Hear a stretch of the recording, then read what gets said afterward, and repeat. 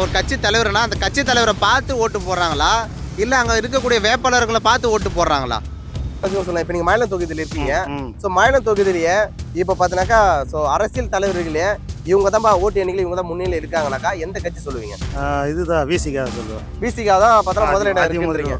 விசிகா முதலிடம் இருக்கும்போது நீங்கள் பாமக தலைவர் அன்புமணி ராமதாஸ் பார்த்தீங்கன்னாக்கா அவரு தான் வருவார்னு நினைக்கிறீங்களா? என்ன காரணம்?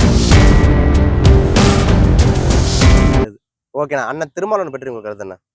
அவரும் ஒரு நல்லதான். அந்த இது ஒரு வந்து சிறப்பாக ஒரு செயல் செய்கிறாரு. எங்கே போனாலும் நல்லது, அது நேர்மையாக செய்கிறது செஞ்சாலும். ஓகே. அண்ணன் திருமாவளவன் அவர்கள் கூட்டணியில் இருந்தால் உங்களுக்கு பிடிக்குமா? இல்லை தனித்துவமா ஸோ கட்சி தனித்துவம் போட்டிட்டு முதலமைச்சர் ஆகிறது உங்களுக்கு பிடிக்குமா?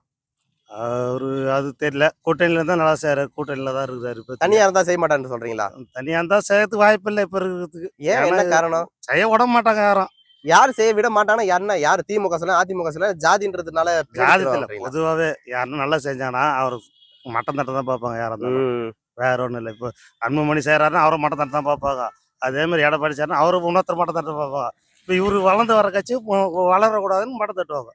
ஜாதி தான் பார்த்தோன்னா மிகப்பெரிய ஒரு வெற்றி வாய்ப்பு தீர்மானிக்கக்கூடிய ஒரு சக்தியா இருக்கு.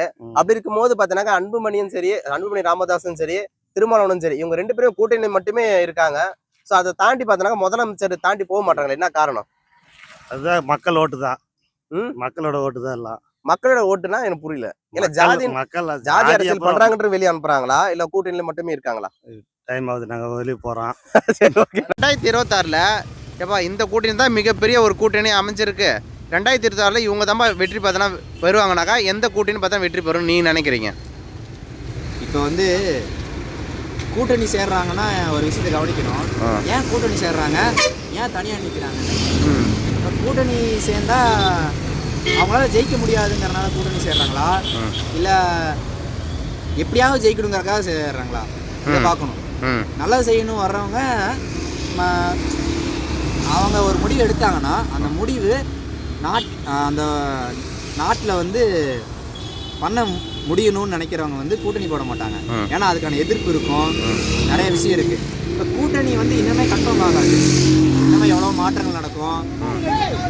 இன்னுமே விஜய் அரசியலில் இருக்காருங்கிற ஒரு பாயிண்ட் இருக்குது. எலெக்ஷன் வரைக்கும் இப்போ தான் சின்னம் வாங்கியிருக்காங்க.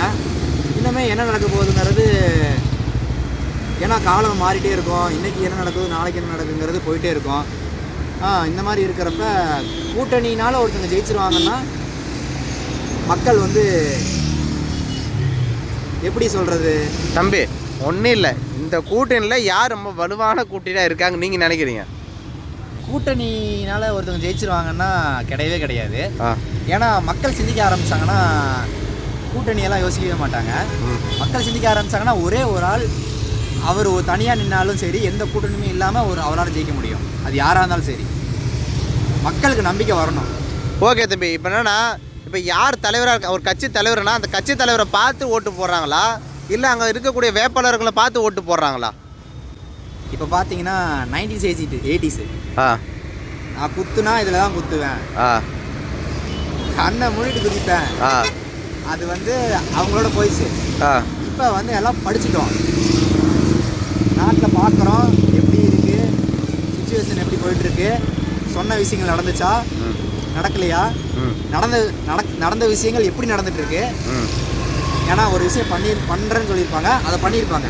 ஆனால் அது அதுக்கப்புறம் எப்படி போயிட்டுருக்கு, அடுத்தது பண்ணுறேன்னு சொல்லியிருப்பாங்க, அது நடந்ததா இல்லையா, இதெல்லாம் யோசிக்கிற அளவுக்கு மக்கள் மூளை உள்ளவங்களாம் மாறிட்டாங்க. ஓகே தம்பி. முக்கியமான விஷயம், இந்த இப்படி வர்றப்பயே என்ன வரும்னா, இந்த காசு கொடுத்து ஓட்டு போடுவாங்கன்னு சொல்லுவாங்க.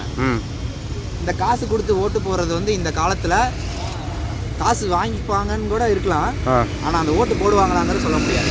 ஏன்னா அவங்க கொடுக்குற அந்த 500 ரூபாய் காசோ 1000 ரூபாய் காசோ 5000 ரூபாய் காசோ ஒரு நாளுக்குன்னு மதிப்பு பார்த்தீங்கன்னா 1 பைசாவா 2 பைசாவா 10 பைசாங்கிறது தான் வருமே ஒழிய பெரிய தொகை கிடையாது.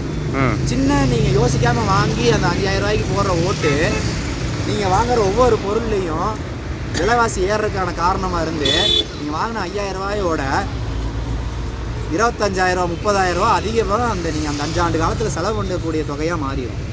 ஸோ சிந்திங்க, செயல்படுங்க. சிம்பிள் தம்பி. வேட்பாளர்கள் பார்த்து ஓட்டு போடுறாங்களா இல்லை இருக்கக்கூடிய தலைவர்களை பார்த்து ஓட்டு போடுறாங்களா? இது ஒரு நல்ல பாயிண்ட்டு. அப்போ இந்த விஷயம் என்னன்னா வேட்பாளர்களை பார்த்து கண்டிப்பா வந்து போடுவாங்க. எதுக்கு வேட்பாளர்கள் பார்த்து ஓட்டு போடணும், என்ன காரணம்? வேட்பாளர் பேசுவாங்க காலங்காலமா இருக்கு.